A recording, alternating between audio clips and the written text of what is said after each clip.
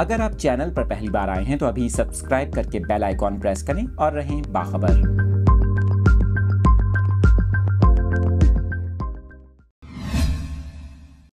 Update कर रहे हैं अपने नाजरीन को। इस अहम खबर से मुतालिक आपको बता रहे हैं, साहिल समंदर पर एक बड़ी मछली फंस गई। इस नस्ल की मछली माजी में भी पाकिस्तान में कई बार देखी गई।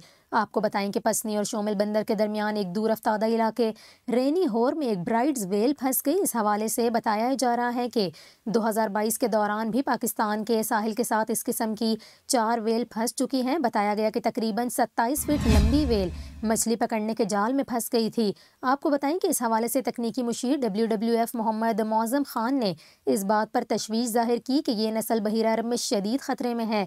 आपको बताएं कि बैनुल-अक़वामी वेलिंग कमीशन ने इस साल अपने इजलास में बहीरा अरब में इस वेल के बार बार फंसने पर भी अपनी तशवीश का इजहार किया।